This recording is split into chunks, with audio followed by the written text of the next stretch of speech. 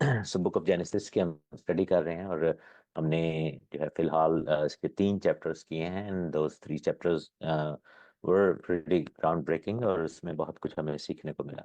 और आज हम चौथे चैप्टर की तरफ बढ़ेंगे। और लिखा है चौथे चैप्टर में, बुक ऑफ जेनेसिस चैप्टर 4, आदम अपनी बीवी हवा के पास गया और वो हामला हुई और उसके काइन पैदा हुआ। तब उसने कहा कि मुझे खुदावंद की तरफ से एक मर्द मिला। और फिर काइन का भाई हाबिल पैदा हुआ। और हाबिल भेड़ बकरियों का चरवाहा और काइन किसान था। चंद रोज के बाद यूं हुआ कि काइन अपने खेत के फल का हदिया खुदावंद के वास्ते लाया। और हाबिल भी अपनी भेड़ बकरियों के कुछ पलोठे बच्चों का और उनकी कुछ चर्बी का हदिया लाया। और खुदावंद ने हाबिल को और उसके हदिये को मंजूर किया, पर काइन को और उसके हदिये को मंजूर ना किया। इसलिए काइन नहायत गजबनाक हुआ और उसका मुंह बिगड़ा।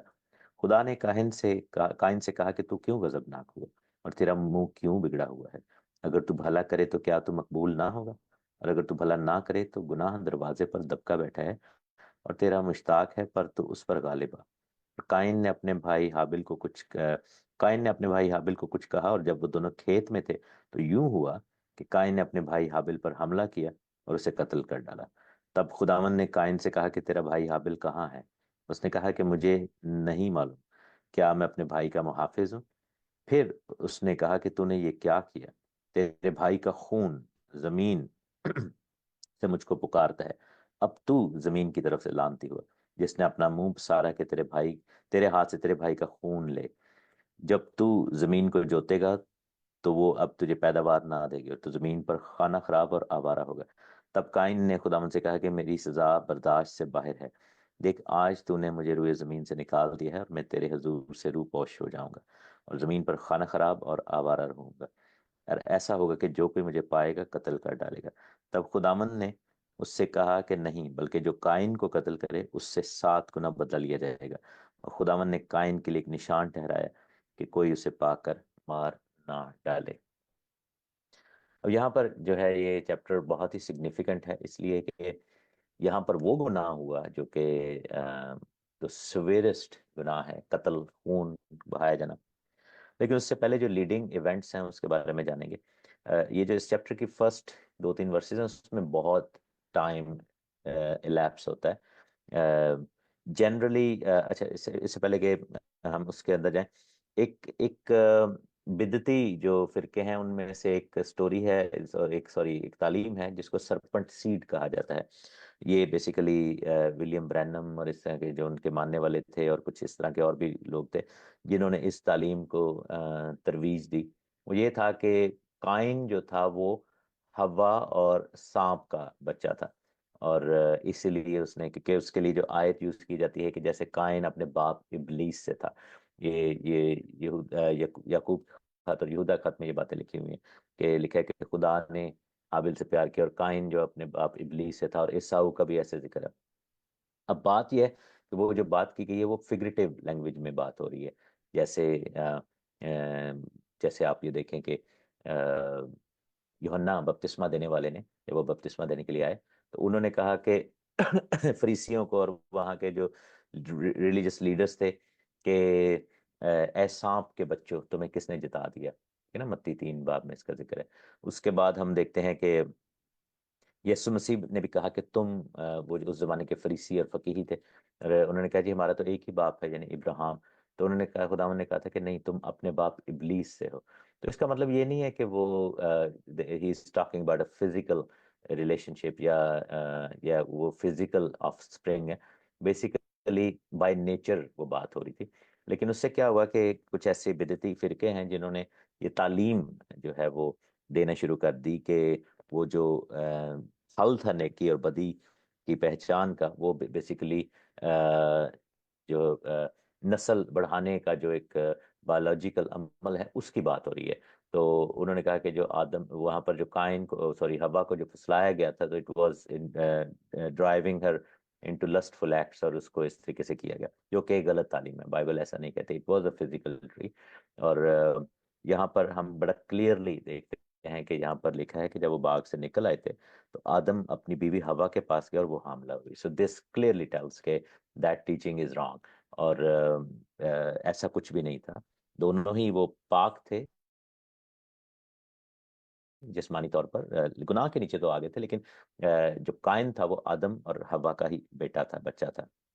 तो लिखा है वो हामला हुई और उसके कायन पैदा हुआ। अब यहाँ पर हम देखते हैं कि जब वो कायन पैदा हुआ उसके बाद उसके भाई हाबिल की पैदाइश होती है। एक और मिसकंसेप्शन जो है वो आगे जाकर हम देखते हैं कि जैसे वर्स 16 में लिखे ना कि सब कायन खुदा के हुजूर से निकल गया और अदन के मशरिक की तरफ नूद के इलाके में जा बसा और कायन अपनी बीवी के पास गया। तो लोग कहते हैं कि ये कैसे हो सकता है, कायन की बीवी कहाँ से आ गई? तो वहां पे तो दुनिया में सिर्फ 4 लोग थे, लेकिन ऐसा नहीं है, 4 लोग नहीं थे। क्योंकि आप ये देखें कि इन आयात में कितना टाइम जो है वो गुजरा है। आप ये देखें कि काइन पैदा होता है, उसके बाद लिखा है कि हाबिल है, और लिखा है कि वो भेड़ बकरियों का चरवाहा बन गया और काइन किसान बन गया। ऑब्वियसली काइन और हाबिल में भी एक आधे साल का तो फर्क हो गई, अगर चले बैक टू बैक भी हो गए तो लाइक हमारा जो क्योंकि वहां पर जो लिखे ना कि मैं तेरे दर्दे हमल को बढ़ाऊंगा, तो दैट मीन्स के जो टाइम पीरियड बढ़ा दिया गया था प्रेगनेंसी का वो 9 मंथ्स का कर दिया गया था। तो उसके बाद हम देखते हैं कि काइन पैदा हुआ, उसके बाद फिर हाबिल पैदा होता है। तो ऑब्वियसली इसमें भी 1-2 साल लगे, फिर जवान हुए वो, और उनके जो है वो उनके पेशे भी बताए गए हैं। एक खेती बाड़ी कर रहा था, एक जो था वो किसान बन गया, एक भेड़ बकरियों का चरवाहा बन गया। अब उनको ये ट्रेड्स सीखने के लिए, ये सब चीज़ें करने के लिए, उन ऑब्वियसली देवर यंग पीपल, वो जवान लोग थे और वो बच्चे नहीं थे, वो टीनेजर्स भी नहीं थे, और वो मेच्योर हो चुके थे। और जो स्कॉलर्स बिलीव करते हैं कि तब तक आदम और हवा के और भी बेटे बेटियां पैदा हो चुके थे, सेथ भी जो था हो चुका हुआ था। लेकिन बात यह है कि सेथ के अलावे से जब सेथ पैदा होता है तो वो बेसिकली हाबिल की डेथ के बाद पैदा होता है। देवर मैनी अदर किड्स, लेकिन सेथ को खुदा ने जो है वो यूज किया नस्ल के हवाले से, जहां से फिर मसीह का नसबनामा आता है। तो ये बेसिकली नसबनामा डेवलप हो रहा है। सो देवर फ्यू मोर पीपल देयर। कुछ यहूदी स्कॉलर्स ये भी बिलीव करते हैं कि ये जुड़वा पैदा हुए थे। बाइबल में इसका कोई जिक्र नहीं है, सो वी कांट से कि जी बाइबल ऐसे कहती है। लेकिन जो यहूदियों की जो एक्स्ट्रा बुक्स हैं उनमें इन चीज़ों का जिक्र है कि काइन के साथ एक जुड़वा पैदा हुई थी फीमेल, और हाबिल के साथ भी। ये अगेन मैं बता रहा हूँ कि don't take it as a doctrine, it's just like knowledge के लिए आपको बता रहा हूँ।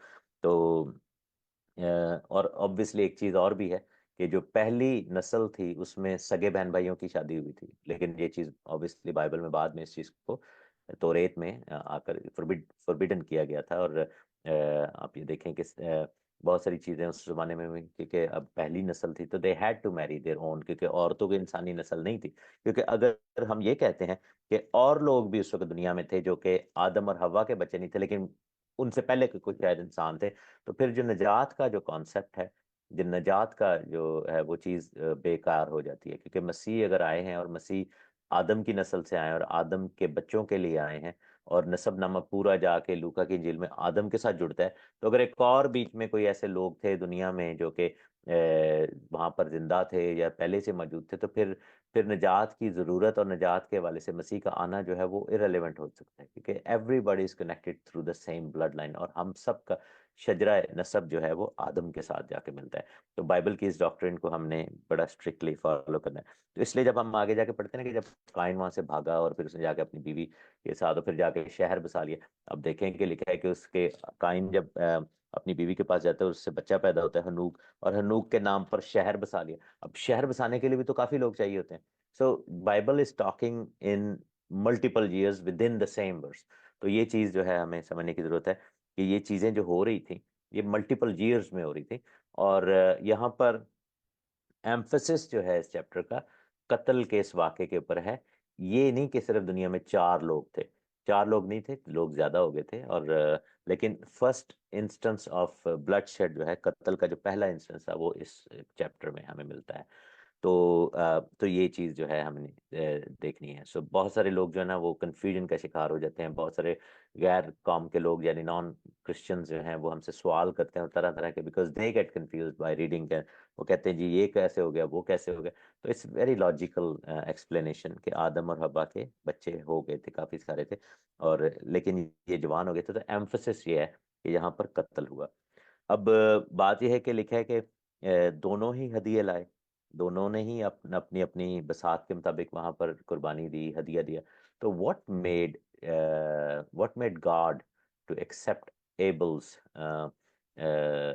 ए हाबिल की जो है कुर्बानी ओवर केन्स सेक्रीफाइस? तो एक चीज है, और इसके बारे में इब्रानियों के खत में हम पढ़ते हैं, उसके 11वें बाब में ईमान की बात हो रही है। इब्रानियों 11वां बाब, तो लिखा है कि ईमान पहली ऐसे, अब ईमान उम्मीद की हुई चीजों का एतमाद और अनदेखी चीजों का सबूत है, क्योंकि उसी की बाबत बुजुर्गों के हक में अच्छी गवाही दी गई। ईमान ही से हमें मालूम करते हैं कि आलम बाला के खुदा के कहने से बने हैं। ये नहीं कि जो कुछ नजर आता है जाहिरी चीजों से बना हो।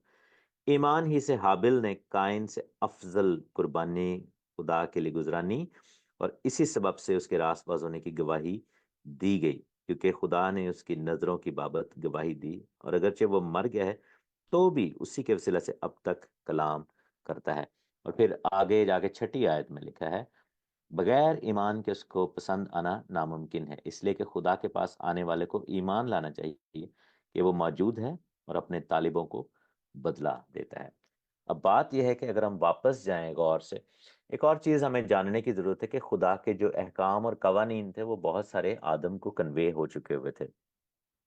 क्योंकि फ़र्क सिर्फ इतना है कि जो लॉ है या शरीयत है या कवानीन है या खुदा की जो बाउंड्रीज हैं, वो एक्सोडस में और लिविटिकस में एज अ कॉन्स्टिट्यूशन हमें मिलती हैं रिटन फॉर्म में। उससे पहले वर्बल फॉर्म में थी। फर्क क्या था कि बुक ऑफ जेनेसिस के एंड तक खुदा एक फैमिली के साथ डील कर रहे हैं। पहले आदम की फैमिली, उसके बाद नूह की फैमिली, और उसके बाद इब्राहिम की फैमिली, इसहाक और यकूब और तो यूसुफ के ऊपर बात एंड होती है। तो जब तक बातें एक फैमिली में रहती हैं तो वो वर्बल वे में कम्युनिकेट की जाती हैं, लेकिन जब आप एक कॉम बन जाते हैं तो फिर एक कॉन्स्टिट्यूशनल वे में वो चीज़ें कम्युनिकेट की जाती हैं। Then there was a need for writing a book, और तब एक किताब की जरूरत पड़ी थी कि एक किताबी शक्ल में, एक कानून की शक्ल में, एक कॉन्स्टिट्यूशन की शक्ल में खुदा के कवानीन, खुदा की शरीयत, खुदा के अहकाम, आइन, ये सब दिए जाएं। लेकिन आप ये देखें कि जो बहुत सारी बातें थी वो इनको पता थी। आदम को, हाबिल को भी यहाँ पर बातें पता है। उसके बाद हम देखते हैं कि जब नूह का तूफान आता है, उसके बाद वो मजबा क्रिएट करते हैं और कुर्बानी चढ़ाते हैं। उनको किसने बताया है कुर्बानी चढ़ाने का? ठीक है ना, ये चीजें तो बाइबल में खुदा ने इनको, यानी कि उनको कम्युनिकेट वर्बल वे में की हुई थी। आप ये देखें कि जब नूह के तूफान से पहले खुदा ने जानवर इकट्ठे करने का हुक्म दिया था, तो उनको हुक्म दिया था कि तुम पाक जानवरों के साथ जोड़े रखना और नापाक जानवरों के दो जोड़े। अब ये पाक और नापाक वाली चीज तो बाद में हम देखते हैं कि बुक ऑफ लेविटिकस में जाके क्लियर होती है। लेकिन हाउ डिड दे नो कि पाक कौन से हैं, नापाक कौन से हैं? फिर हम देखते हैं कि जब इब्राहिम बाप की डेथ होती है तो बाप इसहाक से जब खुदा बात करते हैं तो उनसे कहते हैं कि मेरा बंदा इब्राहिम मेरे आइन और कवानीन की पैरवी करता था, अब तू भी अगर ऐसा करेगा तो तू अब वो भी तो कह सकते थे कि भाई हमें क्या पता कौन से आइन या कवानीन। लेकिन क्या था कि खुदा ने हमेशा उनको अपने कलाम को कम्युनिकेट किया था। तो ईमान से कैसे वो बेहतर लेकर आए, इस चीज को समझना जरूरी है कि खुदा के अहकाम पर वो अमल करता था। क्योंकि खुदा ने हमेशा कहा था कि मेरे लिए पहला फल लेके आओ।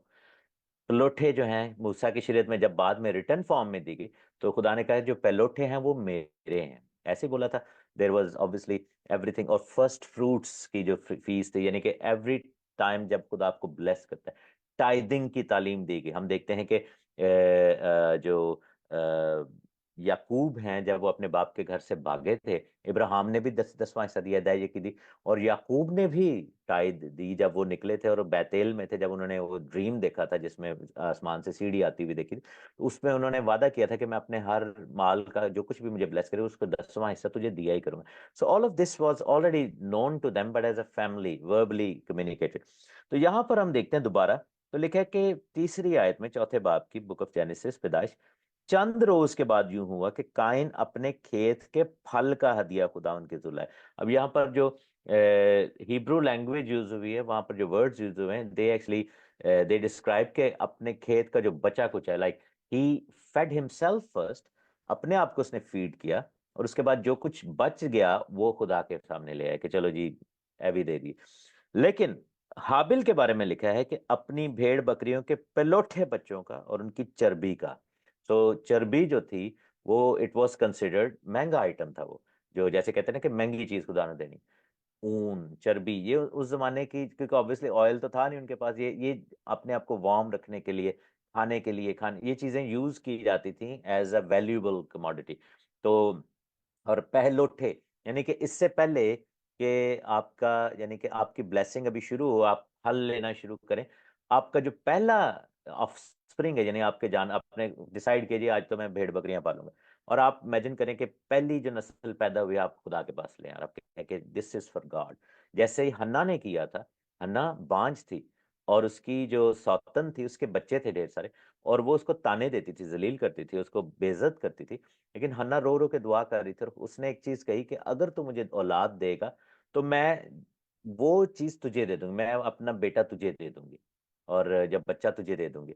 आप इमेजिन करें कि जिस चीज के लिए वो सारी जिंदगी तरसती रही, वो चीज अब उसको मिलने को थी, और वो कह रही कि ये मैं तुझे दे दूंगी। What kind of faith is that, ये है ईमान, ठीक है। और उसके बाद लिखा कि जब उसको सैमुअल मिला, बेटा मिला, और हमारे कल्चर में या देसी कल्चर में, और वो भी देसी कल्चर ही था, बेटे को तो वैसे ही वो बहुत ज्यादा एक्स्ट्रा डबल इज्जत देते हैं कि जी बेटा, हर फैमिली की यही होती है कि बेटा हो जाए, बेटा हो जाए। बेटियों, ये अभी तक अनफॉर्चुनेटली ये चीजें हैं कि बेटियां पैदा होती हैं तो वो कहते हैं कि ये पराया माल है, और बेटा जब पैदा होता है तो वो डबल खुशियां, वहां पे जो नाच गाना होता है, जो जो जहान की जो मिठाइयाँ बट रही होती हैं, तो ये सब कुछ किया जाता है। तो उसको बेटा खुदा ने दिया, और उसने जाकर हैकल में दे दिया दूध छुड़ाने के टाइम पे। और बाइबल में लिखे उसको 5 बच्चे फिर खुदा ने और दिए, और सैमुअल कितना बड़ा नबी बना जिसने दाऊद बादशाह को मसा किया था।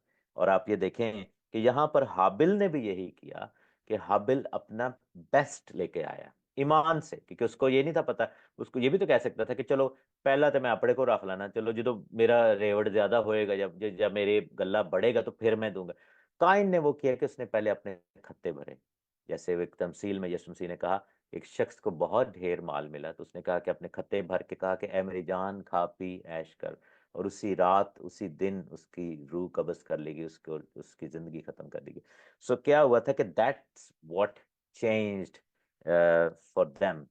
और खुदा ने हाबिल की कुर्बानी को इसलिए ज्यादा इज्जत दी और एक्सेप्ट किया, बिकॉज वो ईमान से लाया था, और वो बेस्ट पोर्शन खुदा के सामने लेकर आया था।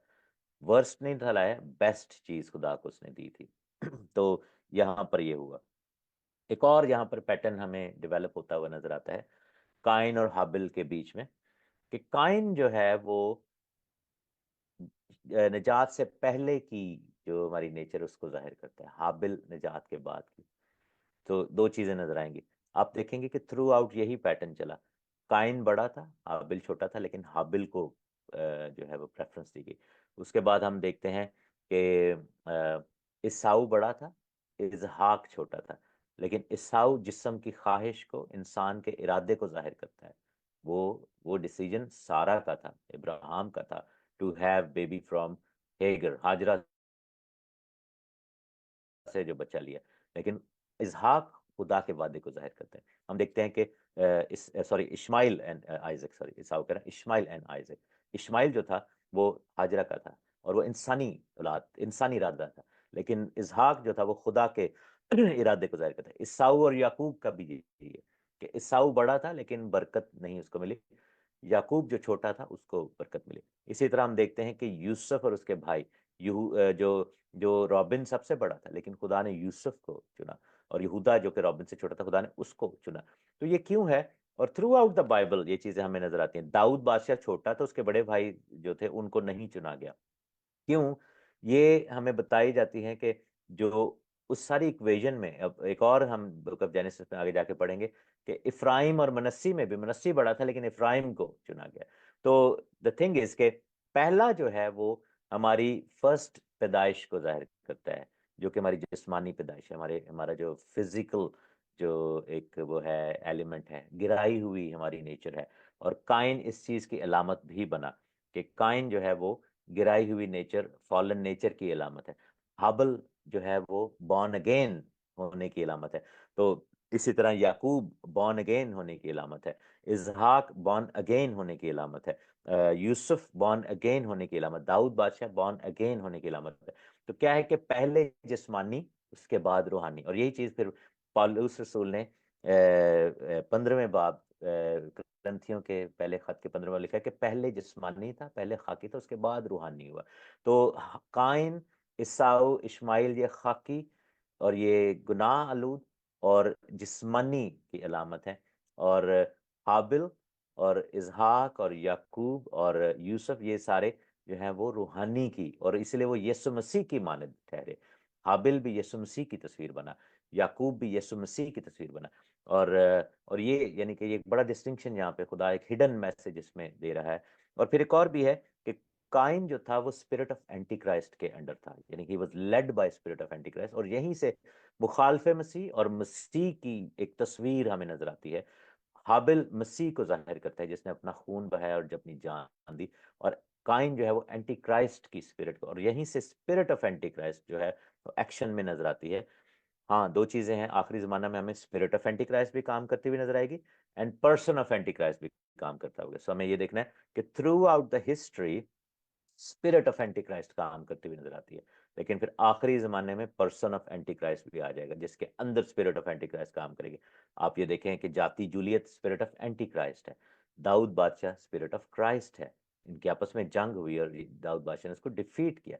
हम देखते हैं कि वो बादशाह जिसने दानियल के दोस्तों को आग में फेंका, वो स्पिरिट ऑफ एंटी क्राइस्ट को जाहिर करता है, और दानियल और उसके दोस्त जो थे वो स्पिरिट ऑफ क्राइस्ट को जाहिर करते हैं। तो ये जंग शुरू से ही जारी रही। ईसाऊ ने मारने की कोशिश की, बाइबल में लिखा है कि वो जब पेट में ही थे तो उसने उसको वहीं पे मारने की कोशिश की, वो स्पिरिट ऑफ एंटी क्राइस्ट के अंदर था, लेकिन खुदा ने याकूब को बचाया। और दोनों जब पैदा हुए तो फिर हम देखते हैं कि खुदा ने वहां पर बरकत को जारी किया। तो यहाँ पर बहुत कुछ होता हुआ नजर आ रहा है। There is so much in that chapter and there is so much learning to happen, to have. अब एक और फिर नेक्स्ट जब देखते हैं कि जब वो हदिया मंजूर हो गया, और कहा जाता है कि हदिया मंजूर करने का हमें ये नहीं पता कि वो कैसे पता लगा कि मंजूर किया, लेकिन जो यहूदी स्कॉलर्स ये बिलीव करते हैं कि आसमान पर से आग आई थी, जैसे इलाइजा के टाइम पे आई थी, एंड जो एक सेक्रीफाइस थी उसको वो उसने एक्सेप्ट कर लिया था। तो वहां पर वो बिगड़ गया, काइन ने गुस्से में था, अब खुदा को उसके इरादे का पता था। उन्होंने कहा जी तेरा मुंह क्यों बिगड़ा हुआ है, अगर तू भला करे तो क्या मकबूल ना होगा, अगर तू भला ना करे तो देख गुनाह दरवाजे पर दबका बैठा है, तेरा मुश्ताक है पर तू गालिब आ। क्या है कि हमें खुदामंद ये सिखाना चाह रहा है कि not every time we will be successful, और बाज़ औक़ात हमारे दिल के ख्यालात, हमारी गिरावट, उसकी वजह से हमारी दुआ नहीं कबूल होती, लेकिन उसका मतलब ये होना चाहिए कि हमें अपने आप को तब्दील करना है, ना कि हम और ज़्यादा रिटेलिएशन में चले जाएं और ज़्यादा गुनाह के ऊपर गुनाह कर दें। और यहाँ पर तो यही हुआ, वो खुदा ने कहा गुनाह दबका बैठा है, खुदा ने इसको वार्न किया, खुदा ने इसको एक मौका दिया। खुदा किसी की हलाकत नहीं चाहता, बल्कि चाहता है कि सब की तौबा तक नौबत पहुंचे। और आप ये देखें कि आखिरी ज़माना में भी यही है कि खुदा हमें अपने निशानों के ज़रिए से, कलाम के ज़रिए बार बार वार्न कर रहा है, लेकिन क्या है कि लोग नहीं मानेंगे, हर कोई नहीं मानेगा। हालांकि इंजील की ये लिखा है कि इंजील की मुनादी ज़मीन की इंतहा तक होगी, सब जगह, लेकिन ये नहीं लिखा कि सारे लोग कन्वर्ट हो जाएंगे, सारे लोग मसीह को मान लेंगे, लेकिन मुनादी ज़रूर होगी, वार्न करता है खुदा। यहाँ पर यही हुआ लेकिन बाइबल में लिखा है कि काइन ने उसकी ना सुनी खुदावन की, और अपने भाई को धोखे से वो खेत में लेके गया और वहां पर जाकर उसको कत्ल कर दिया। उसको वो अपनी टेरिटरी पे लेके गया है, और वो इतना ज्यादा गुस्से में था। वही खेत जिसका वो हदिया लेकर आया था, वही खेत जहाँ का फल वो बच्चा गुच्छा लेकर आया था। आप ये देखें कि इसीलिए फिर उसको सजा भी ये मिली थी कि चूंकि उसी चीज को तूने यूज किया है जिसको तू खुदा के लिए ब्लेसिंग मांग रहा था, जिसके अंदर तू खुदा के लिए ब्लेसिंग और खुदा से ब्लेसिंग मांग रहा था, और तूने अपने एटीट्यूड की वजह से, बेईमानी और कामतकादी की वजह से ब्लेसिंग नहीं ली, उसी चीज को फिर तूने यूज करके अपने भाई को मार दिया। हम कितनी दफा ऐसा होता है कि हमें खुदा ब्लेसिंग देता है और हम उसमें खयानत करते हैं, बददयांती करते हैं, कामतकादी करते हैं, और फिर जब हम देखते हैं कि दूसरे ज्यादा ब्लेस हो रहे हैं, हम उसी चीज को एज अ वेपन यूज करते हैं, और हम उसी चीज को यूज करके अपने भाई अपनी बहन का खून कर देते हैं, उसको जलील कर देते हैं उसको। और ये एक ह्यूमन नेचर का ऐसा है, एंड वी मस्ट नॉट। अब ये किसी की डबल चीज हुई ना, कि एक तो खुद उसने अपनी बददयांती और बदनीति का मुजाहरा किया, उसके बाद उसने शैतान को अलाउ किया कि वो खेत जो उसका था, जो कि उसके लिए लाइफ चेंजिंग बन सकता था, वो उसके लिए कर्स बन गया। उसके लिए वो चीज उस लिखे ना कि वो जमीन की तरफ से अब तू लानती हो गया है। वो जमीन जिसके, और उस खेत में जो खुदा ने उसको दिया था, उस जमीन, जब उसने उसको चीरा और अपने भाई की लाश को उसमें दफनाया, आप ये देखें कि this is how the blessing will forever be taken away. और फिर लोग जो है वो, हम इंसान क्या करता है कि वो इतना आगे बढ़ जाता है कई दफा कि वो फिर इरिवर्सिबल डैमेज क्रिएट कर देता है। वही खेत जो कि जिसका फल आ रहा था, उसी खेत को खोदा, उस जमीन को चीरा और अपने भाई की लाश को उसमें दबा दिया, उसका खून। और इसलिए खुदावंद का कलाम कहता है कि तेरे भाई का खून जमीन से पुकारते हैं। अब यहाँ पर खुदावंद ने कायन से पूछा जब उसने कत्ल कर दिया कि तेरा भाई कहाँ है, और उसने आगे से कहा कि मुझे नहीं मालूम, क्या मैं अपने भाई का मुहाफिज हूँ।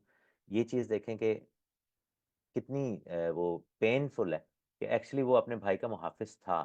हम में से हर एक दूसरे का, लिखा है ना कि अपने पड़ोसी से अपनी मानद मोहब्बत कर, दुआ करो, और अपने दुश्मनों के लिए। तो यहाँ पर फिर मसीह जो है उसने आकर वो चीज़ें रिकवर की, वरना बाय नेचर हम खूनी हैं, बाय नेचर हम जो है वो डिस्ट्रॉयर्स हैं, बाय नेचर जो है वो फॉलन नेचर की मैं बात करूं, हम जो है वो गुनाह के ही दर पे रहते हैं, दिल हिलाबाज और लाइलाज है। बाय नेचर हम जो है वो हमारा कोई इलाज नहीं है, हम लाइलाज मर्ज में मुब्तला, हम मौत की तरफ गामजन है। लेकिन यहाँ पर फिर खुदावंद यीशु मसीह आते हैं और फिर लिखा है कि तेरा भाई का खून जमीन से मुझे पुकार रहा है। और आप देखें कि इस बात को इब्रानियों के खत में फिर पौलुस रसूल ने बड़ी जबरदस्त तरीके से बात की। इब्रानियों का खत उसका 12वां बाब और उसकी 24वीं आयत में लिखा हुआ है, नए अहद के दरमियानी यस्सु और छिड़काव के उस खून के पास आए हो तुम लोग, जो हाबिल के खून की निस्बत बेहतर बातें करता है। हाबिल का खून क्या कह रहा था, उसके लिए अगर हमने समझना कि हाबिल का खून क्या पुकार रहा था, वो हम मुकाशफा की किताब में, बुक ऑफ रेवलेशन में पढ़ते हैं कि 5वीं चैप्टर में, रेवलेशन 6 चैप्टर में, 6ठे चैप्टर, ये हाबिल और बाकी ईमानदार जो इंसान है, जो नॉर्मल इंसान है, उनका खून क्या कह रहा है। लिखा है कि उसकी 9वीं आयत में, जब 5वीं मोहर खोली गई तो मैंने कुर्बान गाह के नीचे उनकी रूहें देखी जो खुदा के कलाम के सबब से और उसकी गवाही पर कायम रहने के बायस मारे गए थे। इसमें हाबिल से लेकर आखिरी जमाने तक जितने भी लोग मारे जाएंगे वो सब थे। वो बड़ी आवाज से चिल्लाकर बोल रहे थे कि ए मालिक, ए कद्दूस और बरहक, तू कब तक इंसाफ ना करेगा और जमीन के रहने वालों से हमारे खून का बदला ना लेगा। सो हाबिल का खून क्या कहता है कि मेरा बदला लिया जाए। लेकिन यीशु मसीह के खून के बारे में क्या लिखा है कि वो हाबिल के खून से ज्यादा बेहतर बात कर रहे हैं। कैसे बात कर रहे हैं, यहाँ पर जब हाबिल का खून जमीन पर गिरा तो आवाज आसमान तक गई और हाबिल का खून कह रहा था कि मेरा बदला कब लिया जाएगा। लेकिन यीशु मसीह के हाथों में जब कील ठोके गए तो यीशु ने कहा, ए बाप, इनको माफ कर, क्योंकि ये नहीं जानते कि क्या करते हैं। Hallelujah. So that's where the difference is, क्योंकि जब मसीह का खून जमीन पर गिरा तो मसीह उनको माफ कर रहा था, मसीह उनके लिए बहा रहा था। और मसीह ने कहा कि बाप, मैं अपनी रूह तेरे हाथों में देता हूँ, और तमाम हुआ के अल्फाज अदा किए। मीन्स के यीशु मसीह का खून अफजल है। हाबिल का खून गिरा तो वो अपने लिए बदला मांग रहा है, और बाकी रूहें भी जो ईमानदारों की थी, जिन जिन का खून बहाया गया, हेवन में जाके उन्होंने यही कहा कि हमारे खून का बदला लिया जाए, हमें इंसाफ चाहिए। यीशु मसीह इंसाफ नहीं बल्कि कुर्बानी और कीमत देने के लिए आया, और उन्होंने कहा है बाप, इनको माफ कर। हाबिल के खून ने माफी की बात नहीं की, क्योंकि वो इंसान था, वो गिराया हुआ इंसान था, वो फॉलन नेचर में ही था ना, चाहे वो मार्टर था, पहला शहीद था दुनिया का। लेकिन क्या हुआ कि ये हुआ। अब फिर यहाँ पर एक और चीज है कि काइन ने एक और चीज यूज की जो कि स्पिरिचुअल एस्पेक्ट था। जब उसको सजा मिली, सजा बहुत ज्यादा बड़ी थी, उसने कहा कि तू आवारा होगा, खाना खराब होगा, you are expelled from the, ये जो शरीफों की दुनिया, यानी कि रास्तबाजों की दुनिया या नेक लोगों की दुनिया, उसमें से तू निकाल दी, you will not be with them anymore, तुम्हें अपना करना पड़ेगा सब कुछ। तो उसने कहा कि मेरी सजा मेरी बर्दाश्त से बाहर है। यही बात, क्योंकि आप देखें कि खुदा का कलाम हमें सिखाता है कि खुदा कभी हमारी बर्दाश्त से बाहर हमें आजमाइश नहीं देता। तो हाबिल ने वहां पर एक मिन्नत की कि भाई ये तो टू मच हो गया मेरे लिए। मे बी सॉरी, काइन ने ये बात की। तो मे बी ये बात थी कि शायद उस वक्त रियलाइज हो रहा था उसको। तो खुदा ने उसको फिर रीअश्योर किया कि अगर कोई तुझे मारेगा तो तुझे उसका 7 गुना अदा करना पड़ेगा उनको। वहां से वो निकल गया और लिखा है कि अदन के मशरिक की तरफ नूद के इलाके में जा बसा, और फिर वहां पर अपनी बीवी के पास गया और हामला हुई, और उसके एक बेटा हुआ जिसका नाम उसने हनूक रखा। अब एक और चीज हम देखते हैं कि ये जो नाम आगे नजर आते हैं, काइन भी हिब्रू नेम्स ही रख रहा था। Maybe he was trying to repent, या हो सकता है कि उसको शर्मिंदगी बाद में हुई हो, क्योंकि वो गुस्सा जब उतर जाता है इंसान का तो तब रियलाइजेशन तो होती है। और उससे जो सिमिलर काइंड ऑफ नेम्स हैं जो कि बाद में हम सेथ की नस्ल से होते हुए भी देखते हैं। तो वहां पर लिखा है कि हनूक पैदा हुआ। हनूक एक काइन का बेटा भी था, और एक हनूक बाद में भी आया था जो कि आसमान पर उठाया गया था।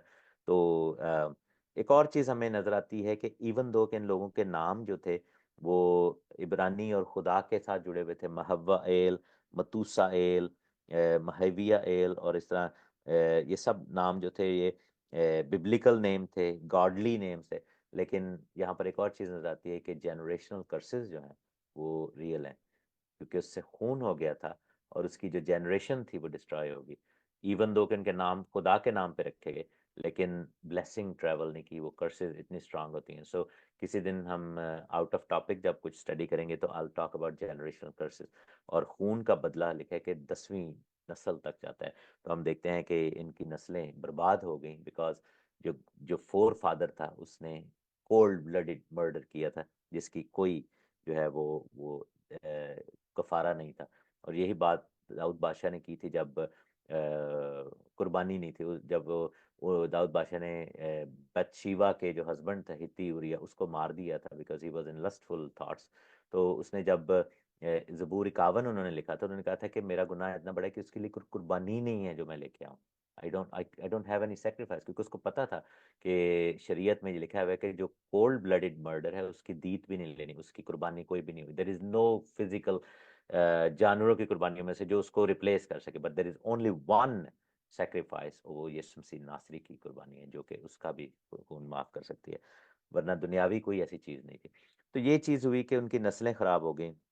और फिर लिखा है कि आगे उनके बच्चों के नाम लिखे हुए हैं। हनूक से इराद पैदा हुए, इराद से महवा एल, महविया एल से मतूसा एल, और इस तरह फिर लमक जो पैदा हुआ। लमक के बारे में लिखा है कि उसने दो औरतें भी आई। सो जो पोलीगमी का जो कॉन्सेप्ट था वो भी काइन की नस्ल ने इंट्रोड्यूस करवाया था। इट वाजंट इंट्रोड्यूस्ड बाय जो सेथ की नस्ल थी। सो फर्स्ट जो जिक्र है पोलीगमी का, यानी कि मल्टीपल फीमेल वाइफ्स का, तो ये बेसिकली काइन की नस्ल में ये हुआ कि बयाक वक्त जो है वो दो औरतों से उसने शादी की। एक का नाम इद्दा था और दूसरी का नाम जिला था। और इद्दा के जो पैदा हुआ बच्चा वो याबिल पैदा हुआ। ये वो लोग थे जो खैमों में रहते थे, जानवर पालते थे। उसके भाई का नाम यूबल था, ये बीन बांसुरी बजाने वालों का बाप थे। और फिर उसके लिखा कि जिला के एक और बच्चा पैदा है जिसका नाम तुबिल कायन था, और वो पीतल और लोहे के सब तेज हथियारों का बनाने वाला था। अब देखें कि यहाँ पे एक डेवलपमेंट हो रही है, म्यूजिक इंस्ट्रूमेंट्स डेवलप हो रहे हैं, खैमों में रहना और जानवरों को पालना, डोमेस्टिकेट करना जानवरों को, वो नजर आ रहा है। उसके बाद हथियार बनाए जाने, और लोहे, पीतल और लोहे के हथियार, और चाकू और खंजर और छुरियां और ये सब, क्योंकि ये वो था। और यही कॉन्सेप्ट दिया जाता है कि जो दुनिया में तूफान से पहले जो जंगो जदल और जो करप्शन और ये सब कुछ हुआ था, ये काइन की नस्ल के लोगों ने किया था। देवदवान जिन्होंने दुनिया में फिर गुनाह इतना फैला दिया था, और कत्लो गारत और ये सब कुछ, ब्लड शेड और ये सब कुछ जो था इनके के ये हथियार बनाने लग गए थे। तो यहाँ पर इसका जिक्र है। 23वीं आयत बड़ी सिग्निफिकेंट है। इसमें लिखा है कि लमक ने अपनी बीवियों से कहा कि इद्दा और जिला मेरी सुनो। ए लमक की बीवियों मेरी सुखन पर कान लगाओ। मैंने एक मर्द को जिसने मुझे जख्मी किया मार डाला, और एक जवान को जिसने मेरी चोट लगाई कत्ल कर डाला। अगर काइन का बदला 7 गुना लिया जाएगा तो लमक का 7 और 70 गुना, 70 और 7 गुना। तो ये बेसिकली 7 के 70 आगे जाके क्राइस्ट ने भी ये चीज कोट की थी। It's an idiomatic thing to say, means के थ्रू आउट द लाइफ। अच्छा, बात यह है कि यहाँ पर अगेन बाइबल में ये नहीं लिखा, लेकिन नॉलेज के लिए बता रहा हूँ कि जो यहूदी उलमा हैं या स्कॉलर्स हैं या रैबाइज हैं, वो ये बिलीव करते हैं कि लमक से भी एक खून हुआ था और वो काइन का खून हो गया था। बेसिकली काइन के ऊपर एक निशान था कि वो उसको कोई पाकर मार, लेकिन काइन लोगों में रहता नहीं था। वो उसको ये सजा दी गई थी कि वो दुनिया से हट के रहे। लेकिन यहाँ पर लिखा है कि, लेकिन यहाँ पर ये नहीं लिखा बाइबल में कि किसका उसने खून किया। लेकिन स्कॉलर्स ये बिलीव करते हैं, क्योंकि जो उसने आगे जाकर कहा है ना कि अगर काइन का बदला 7 गुना है, तो अपनी तरफ से काइन के लिए तो खुदा ने वो जजमेंट रखी थी कि अगर किसी मारेगा तो 7 गुना, तो अपनी तरफ से उसने लगा दिया कि जी अगर उन्होंने मारन डर गया था तो कि जी 7 गुना, तो मुझे अगर मुझे कोई अब मारेगा तो उसका 70 गुना लिया जाएगा। लेकिन बेसिकली यहाँ पर ये लिखा है कि उसकी अपनी औलाद में से, जो स्कॉलर्स बिलीव करते हैं, लमक नामी जो उसकी नस्ल में से काफी नस्लें के बाद आ रहा था, ही एक्चुअली वाज द वन जिसने, और मकसद ये बताते हैं जो स्कॉलर्स के, वो ये था कि जैसे कलाम मुकद्दस में एक आयत है ना कि जो तलवार उठाएगा वो तलवार से कत्ल किया जाएगा, यानी कि जो खून है उसका बदला खून है। और ये चीज़ हमें नजर आती है कि पुराने अहद में, क्योंकि उसने अपने भाई को मारा था, अपने ही औलाद के एक grand grand great grand son के हाथों वो भी मारा गया। उसके बाद हम 25वें अध्याय में देखेंगे आदम फिर अपनी बीवी के पास गया और उसके एक और बेटा पैदा हुआ जिसका नाम सेथ रखा, और वो कहने लगे खुदा ने हाबिल के इव्ज जिसको काइन ने कत्ल किया मुझे दूसरा फर्जंद दिया। बेसिकली ये नेक बेटे की बात हो रही है, और वो देखने में भी कहते हैं हाबिल जैसा ही था। और फिर सेथ के यहाँ भी एक बेटा पैदा, अब देखेंगे सेथ भी तो बड़ा हो गया तो उसके यहाँ एक बेटा पैदा। जहाँ पे ये जो चैप्टर 4 है इसमें वर्सेस में बहुत गैप है ईयर्स का।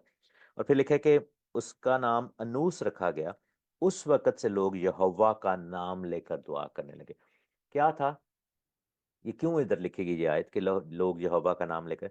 वहां पर दुनिया में दो तरह के लोग थे, एक वो जो काइन की नस्ल से थे और वो कत्लो गारत हथियार बनाने वाले जुल्म करने वाले थे, और एक आदम और उसके बेटे सेथ की नस्ल से थे, ये लोग यहोवा का नाम लेकर दुआ करते थे। और ये आखिरी जमाना में भी ऐसी है कि the clear distinction between the believers and non believers is, कौन है जो यहोवा का नाम लेके उसके बेटे यीशु का नाम लेके यहोवा से बेटे यीशु का नाम लेके दुआ करेगा। बाइबल में लिखा है कि जो कोई खुदावंद का नाम लेगा वो निजात पाएगा। सो यहाँ पर क्या है कि एक क्लियर डिस्टिंक्शन नजर आ रही है कि लोग कौन, लोग जो कि सेथ की नस्ल से थे, आदम की नस्ल से थे, काइन की नहीं, तो वो यहोवा का नाम लेके दुआ करते थे। दूसरे जो नस्ल थी वो इब्लीस के हाथ में चलेगी। सो क्या है कि आखिरी जमाना तक अब यही है, डिस्टिंक्शन क्या है कि कौन यहोवा यीशु नासरी पाकरू को बिलोंग करता है, कौन खुदा की तरफ है, कौन उसकी मोहर के नीचे है, कौन बॉर्न अगेन है, कौन तौबा करके बपतिस्मा लेके यहोवा का जो है वो बेटा बेटी बन गया है, खुदा का बेटा बेटी बन गया, और कौन है जो अभी तक दुनिया के पीछे है, दुनिया के अंदर है और काइन जैसा है जो कि कत्ल गारत करता है। खुदावन आप सबको बड़ी बरकत दे। आमीन।